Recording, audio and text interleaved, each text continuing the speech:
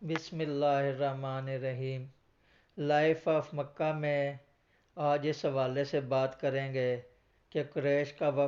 وفد حضرت ابو طالب کے پاس آیا اور انہوں نے آ کر کیا کہا۔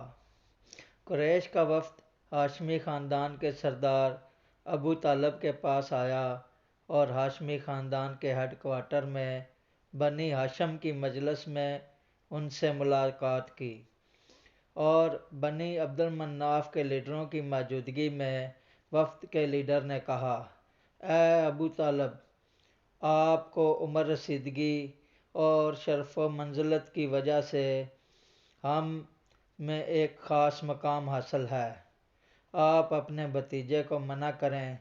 مگر آپ نے اسے نہیں روکا، اور خدا کی قسم ہم اس بات پر صبر نہیں کر سکتے کہ ہمارے آباء و اجداد کو برا بھلا کہا جائے اور ہمارے عقل مندوں کو بے وقوف قرار دیا جائے اور ہمارے معبودوں پر اعتراضات کیے جائیں۔ آپ اس کو روکیں یا ہم اس سے اور آپ سے جنگ کریں گے تاکہ ایک فریق ہلاک ہو جائے۔ اس شدید انتباہ کے الفاظ نے ابو طالب پر بہت اثر کیا، اور اس کے سنتے ہی ان کے دل میں بڑھاپے کی کمزوری سرایت کرنے لگی۔ قریب تھا کہ وہ اس انتباہ کو قبول کر لیتے، تو انہوں نے نبی پاک صلی اللہ علیہ وسلم کو پیغام بھیجا، اور جب آپ صلی اللہ علیہ وسلم تشریف لائے تو ابو طالب نے آپ کو بتایا کہ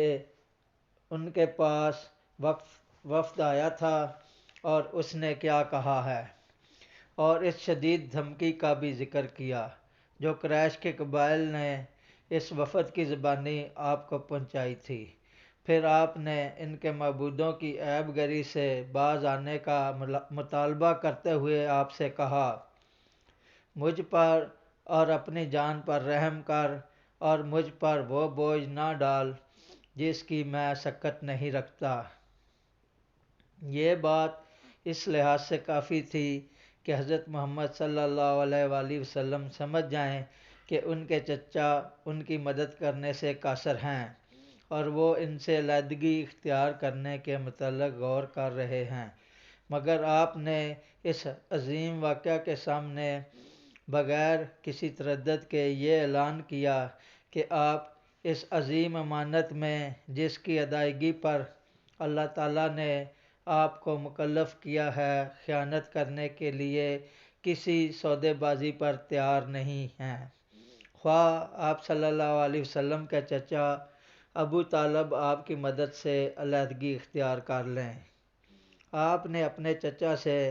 ایسے عزم کے ساتھ جو پہاڑوں کو توڑ دیتا ہے کہا، اے چچا، خدا کی قسم، اگر یہ لوگ سورج کو میرے دائیں ہاتھ پر اور چاند کو میرے بائیں ہاتھ پر رکھ دیں کہ میں اس کام کو چھوڑ دوں تو میں اسے نہیں چھوڑوں گا۔ پھر آپ مجلس سے چلے گئے۔